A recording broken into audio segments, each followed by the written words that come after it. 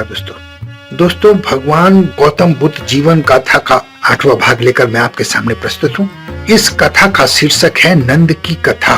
दोस्तों, नंद बुद्ध के चचेरे भाई थे और अपनी पत्नी के साथ कपिलवस्तु में रहते थे। वो अपनी पत्नी को बहुत प्यार करते थे और आनंद में जीवन व्यतीत कर रहे थे। एक बार बुद्ध नंद के महल में भिक्षा लेने के लिए गए। बुद्ध बहुत देर तक दरवाजे पर खड़े रहे, लेकिन नंद, उनकी पत्नी या किसी सेविका का ध्यान उन पर नहीं गया। जैसा बुद्ध हमेशा करते थे उन्होंने वैसा ही किया।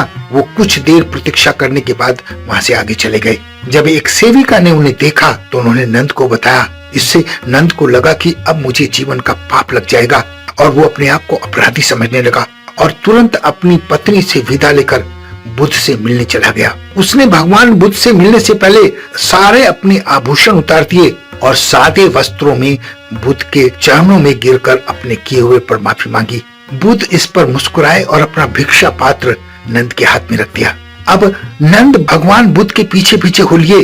बुद्ध ने अपने बिहार के समय में अपने भाई नंद से बहुत सारी बातें की, लेकिन उनका मन अपनी पत्नी पर लगा हुआ था।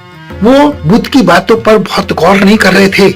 एक दिन उन्होंने सारी बातें भगवान बुद्ध को बता दी।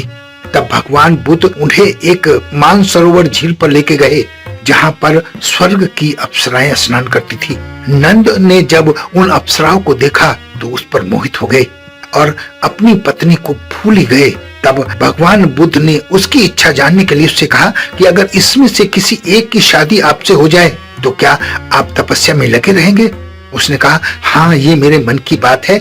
अगर ऐसा हो जाए तो मैं दिन रात तपस्या करूंगा।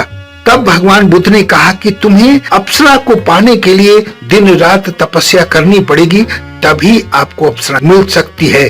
तब नंद ने दिन रात तपस्या की और सब लोगों को जैसे जैसे इस बात का पता चला, लोग उनकी खिल्ली उड़ाने लगे, उनकी हंसी उड़ाने लगे। इससे नंद के मन में बड़ा अपराध बोध हुआ और उन्होंने बुद्ध की बात को अच्छी तरह समझ लिया और अपने मन से वासना को निकाल फेंका और वो सब कुछ छोड़कर तपस्या में इतने लीन हो गए कि बुद्ध के परम शिष्यों में उनका नाम आने लगा। दोस्तों, भगवान गौतम बुद्ध ने नंद को वासना के प्रति जो मोह था वो उसको दूर कर दिया था।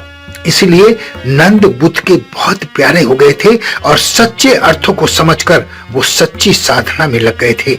भगवान गौतम बुद्ध की ऐसी बातें अपने जीवन में उतारने की कोशिश कीजिएगा। आशा है आपको मेरी बात अच्छी तरह समझ में आ गई होगी। जय भगवान गौतम बुद्ध।